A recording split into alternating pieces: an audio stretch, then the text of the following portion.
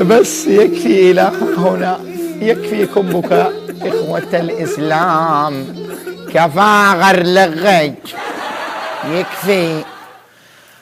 سأحكي لكم قصة زيدي عندما كان يمشي في شارع فرأى بيتا فطرأت في رأسه ونمارق مريت جنب أبواب البيت، بتلكانو دكانو أبوابه دقيت ما في حد في البيت، رجع دخل له المهم فكان دخل إلى هذا البيت يبحث عن زاد، عن أي شيء يرمق سطره الباهت اللذيذ. ما هو الباهت اللذيذ؟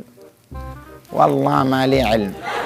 على العموم دخل إلى البيت يبحث ها هنا، وكانوا أهل البيت نائمون، فكان يمشي على رأس أصابعه سخللة.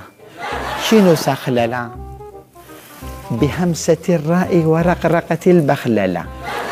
فذهب ومشى دلا دلا دلا حتى دخل غرفة نوم، وكان صاحب البيت قبحه الله نائما عليهم ما يستحقون، شابعا راويا، وصاحبنا لا يجد حق قيمة تلفون آيفون. فقال له، فذهب وبحث ها هنا وها هنا حتى استمخج الذهب واستمخج الفلوس، وبينما هو خارج عشت يعرف علاش بكيتو، عشت يعرف علاش بتبكوا. أصح يا جن لا ما أحكي القصة، أنا إذا بكيت أبكي قد أنا داري تمام، بس يلا. فعندما كان خارجا من البيت دق بيده. شنو دق كده؟ ايش اسمها هذه؟ مزهرية. مزهرية.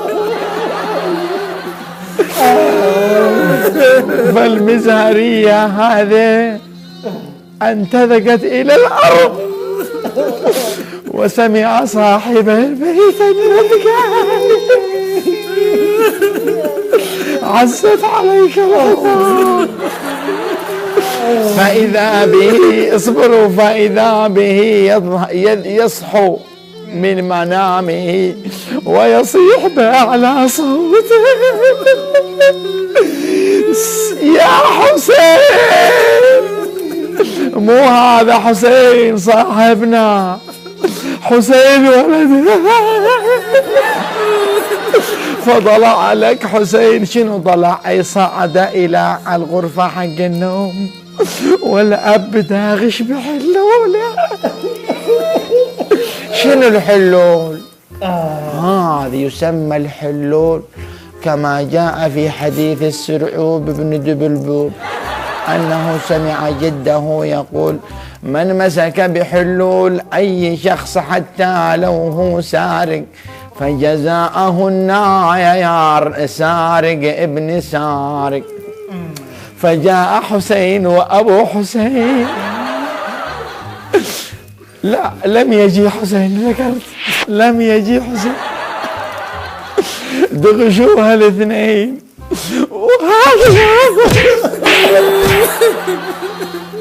فكان صاحبنا يصيح: يا حسين. طلع له حسين ومتى وانه الثلاثة بالدعاء. فكان يصيح: يا حسين دلالك الوحش.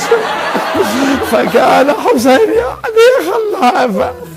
صلوا على محمد وآل محمد. لما عيش اللغاية هذا قلنا صلوا على آل محمد، اختصار الوقت. اللهم صل على آل محمد. أحسنتم.